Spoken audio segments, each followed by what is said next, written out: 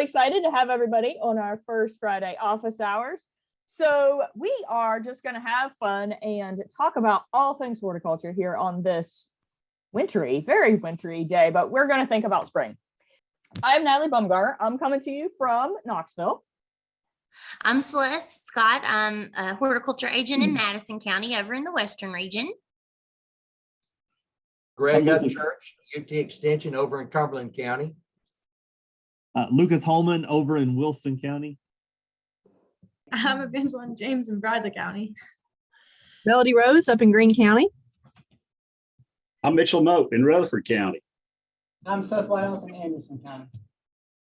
Awesome. So that was a good setup. We're going to call this group our panelists for this session. And so we're going to roll on over and talk a little bit about veggies. And we have a new panelist with us who wasn't here when we did our introductions, Miss Brooke.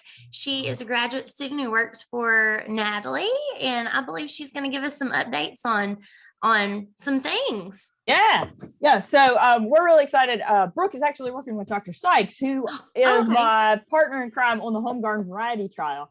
And so we grabbed Brooke this morning so she'd have a chance to visit with y'all. And we want to give you a little bit of a promo for the home garden variety trial. In fact, we have a question in the question box that says, when is the trial report coming out? And I think you just got that off your desk last week, right, Brooke? Yeah, we just got done with that. So, let me give you guys an overview on what the home garden variety trial is and how you can join, because it's super fun. I've been working on it for the past 4 years with Natalie. And so we have a website specifically for the home garden variety trial you can go to sign up. And all you do is you pick 1 to 5 trials you'd like to be a part of. We have several different crops to choose from. We've got beans, like bush and pole beans. We've got cucumbers, tomatoes. This year we have carrots, which are going to be fun. There's a purple variety. And so you just sign up. There's a very, very small fee, a lot cheaper than buying your seeds somewhere else. And you'll get 2 varieties of whichever crop you pick. So you'll get, say, a purple carrot and an orange carrot. And then you'll plant them throughout the season. We have evaluation sheets, which we'll be sending to you, or you can do online. So you'll be looking at things like which one germinated first, which one had the highest yield, which one tasted better, which one did you just overall enjoy better. And so you'll send all that data to us. And every year we do an evaluation of everything you sent us and determine which one overall grew best, like specifically in the state of Tennessee. So vegetable trials are really expensive and hard to do in like the many different locations we have across the state. Like obviously all the different regions have different climates. And so this data really helps us give better suggestions to our home growers, saying like specifically like for the plateau, this one performed the best based on the other gardeners in your area. So it's really fun, gets everyone around the state involved, and we hope you'll join us this year. Yeah, and so the question about when the trial report was going to be done, as Brooke just mentioned, it is with marketing and communications right now. So we hope that it will be to y'all soon. What I just now put in the chat box is a recording from December when we gave an overview of what the results were. So if you are chomping at the bit to get your seeds in, then now is the time. You can look at the recording and see what we found last year. So Brooke, when you think about the home garden variety trial, and you've had the opportunity seeing a lot of the evaluations that come in, what do you think is unique about what we get coming from gardeners that's, say, different from what we might get from our own trial plots, which you have harvested as well?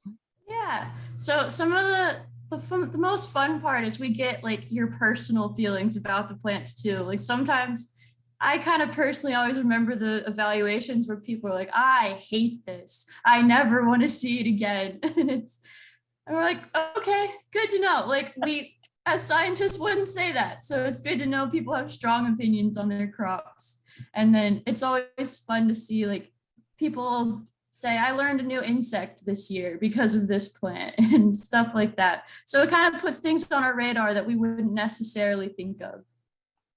Yeah, absolutely. It helps us kind of figure out where it is that we want to go with some of the new publications. We've definitely gotten ideas about things to write from the trials. So we would love to have you take part, and we'll continue to get that information out. You'll see it on UT Hort and things like that. So you might be asking, when are we going to start shipping? Well, right now we are furiously packing envelopes and sticking, stickers and all those sort of things. So we're hoping in the next couple of weeks, we'll be ready to start emailing out the orders that have already been flowing in. So that kind of covers a little bit of the trial and seed selection type of topic. This is a great time to be enjoying these winter evenings and getting your seed order in. And of course, we recommend you start with disease resistance and local adaptability as key factors in selection. And that's why we really try to provide research-based information. But there's also some other good things to keep in mind when you're in this transplant starting mode. And I know on the panel, we have several people who have really good experience with starting transplants. And so I'll just kind of throw out and say, as you guys think about the transplant questions that you get, what are some of the hurdles that you see with, say, early mistakes in transplant starting? I'll say I'll start, and I think that sometimes people start with a poor quality media. I spent my teenage years, and years since then, working in greenhouses, and so I tend to be a little bit picky about the media. And so I would say start with a high quality germination substrate. Don't use last year's, don't dig up garden soil, don't use a bag that just says potting soil. Start with a high quality germination mix. What else would you guys throw in there when you think about keys for transplant starting? People start them too early. And I think that's probably the biggest hurdle sometimes. And I know the first week of January, they're like, all right, it's 2022. I'm going to go ahead and start my tomatoes. Well, just kind of think back to when you're going to theoretically plant your tomatoes in your garden. If you're a gambler, go ahead and assume April the 15th. In the last couple of years, that's not worked out because we've had late frost. We've had some late freezes in May, and we had to cover up stuff. And we had a tomato grower in our county who had 1,500 tomatoes out the first week of May, and he bought 1,500 red Dixie cups and covered every one of them. So I would probably shoot for a little bit closer toward, the first or second week of May for a transplant date. Starting some of those things too early, I think, is one of the big hiccups, but 6 or 8 weeks on some of that stuff. Some of it does take longer. Peppers are usually a little bit slower than tomatoes. You can normally get a transplantable tomato in 6 or 7 weeks. Now, peppers, some hot peppers, 10 or 12 weeks. They are not fast to grow. But that's one of the big hurdles I see is chomping at the bit, getting it started a little too early. Because I do that. I mean, it happens. I do that. I have transplants that are already started right now, but I definitely agree. Every spring that I've been here at UT getting my trials ready, I have started my tomatoes just a little bit later because every year they're just a little bit bigger than I'd like going in. So yeah, no, that's absolutely true. I would say another one that I would throw in there is temperature underneath your transplants. Lucas mentioned about peppers, one of the most finicky as far as getting your seed started. They really like it between about 75 and 85. And if you have them in a cool place where the nighttime temperatures dip down to 68 or 59, that can just wipe out your transplant. So heat underneath of them, I would definitely throw in there, and good light overhead. Overwatering, we'll have some issues with damping off where we assume that we need to water it every day. And if the soil's moist, it'll be fine. And you may just kind of check to see if it's overly wet, or and you may not have to water it every week. If it's next to a really hot light, like Natalie was talking about, some of those lights will dry them out within a day. Some of those lights are not going to dry them out within a day. So just kind of test your soil moisture. You can sharpen a pencil and stick that pencil in the soil. If it comes out dry, then probably need to water. If the pencil comes out wet, probably don't water. So just buy a pencil, your soil pencil, and use that. Hey, Natalie, one of those things about people getting started very early, isn't it interesting every spring that people that start plant those plants in the garden 2 weeks early still set fruit the same time that the people planted 2 weeks later. So be patient. Yeah. Yeah, that soil temperature. So it's very much true for transplants, but it's also true when you think about those early seeds that go into your garden. One of my favorites that I always talk about is cucumbers. If you plant cucumbers when the soil is 60 degrees, then on average, it might take them 13 days to germinate. But if you wait till the soil is 75 degrees, they might germinate in 4 days, right?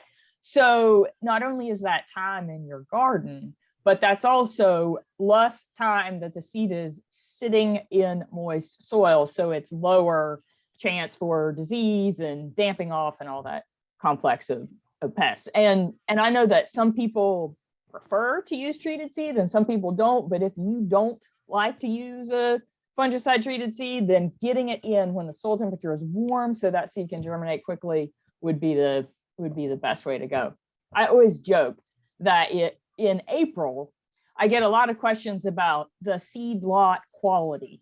If people are having issues with, say, their trial seed, I get communication about that. And so I'll get questions that are, do you think there's anything wrong with this seed lot? I'm like, well, I mean, I can't rule it out. I'm not saying that there isn't. But those questions tend to drop off dramatically once we get into May and the soil temperature warms up. I have a note on that one. Don't plant your okra too early. Every year we get evaluations that say this okra didn't germinate at all. Plant it later than you want to. Yeah, for those of us who grew up, actually, Brooke and I are have some West Virginia in our roots, right? For those of us who grew up in not okra territory, just wait till that late part of May. Get the soil really warm.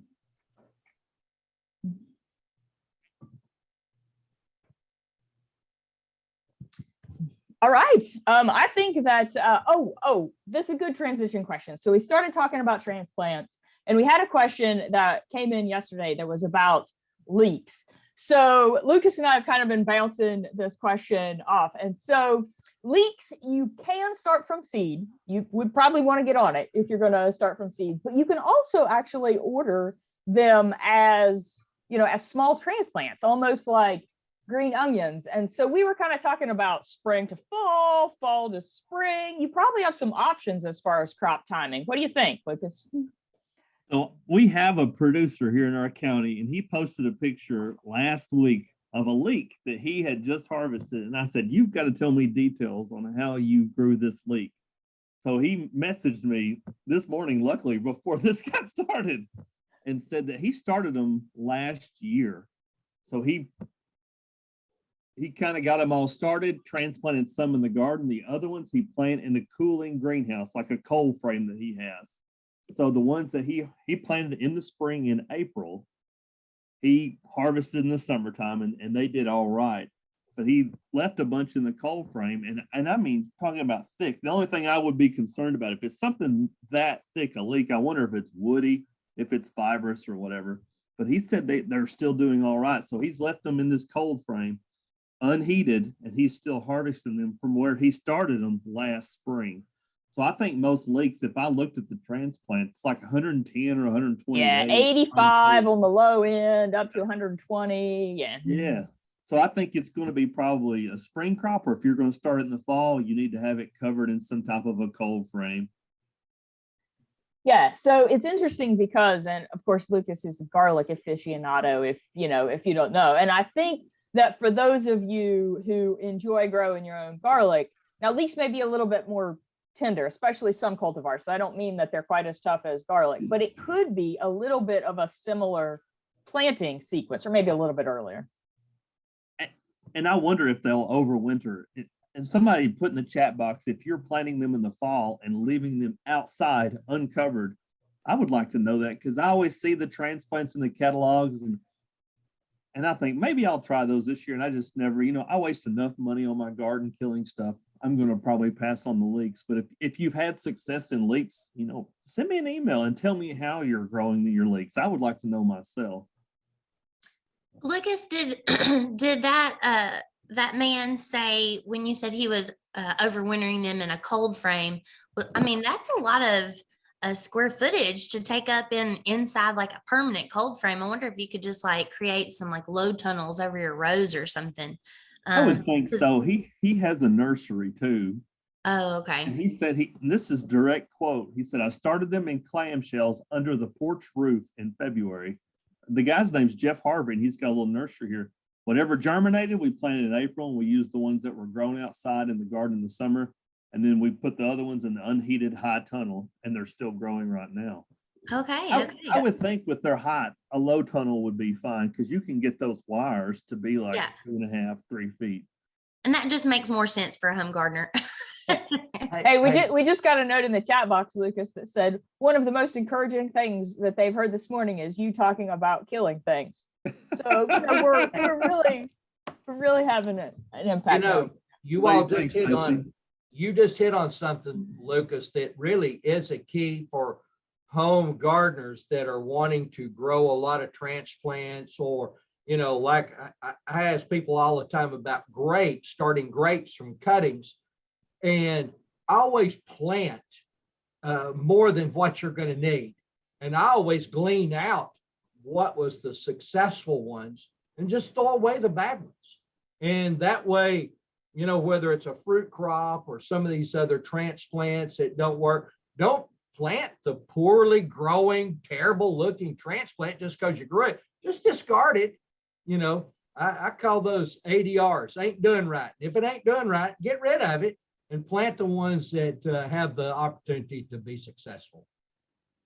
That wraps things up for us today. I've had a great time. I think this is a really great first session, and I hope that you all keep going to uthort.com and using those resources and submitting questions into the question portal.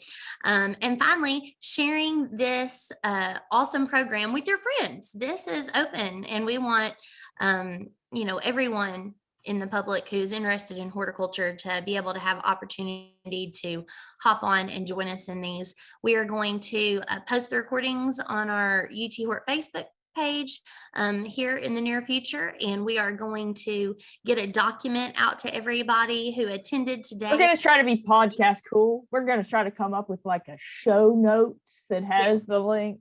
Yes, show notes. So that's going to be a fun thing. So don't worry if there were links in the chat that you didn't get to. We're going to supply those to you.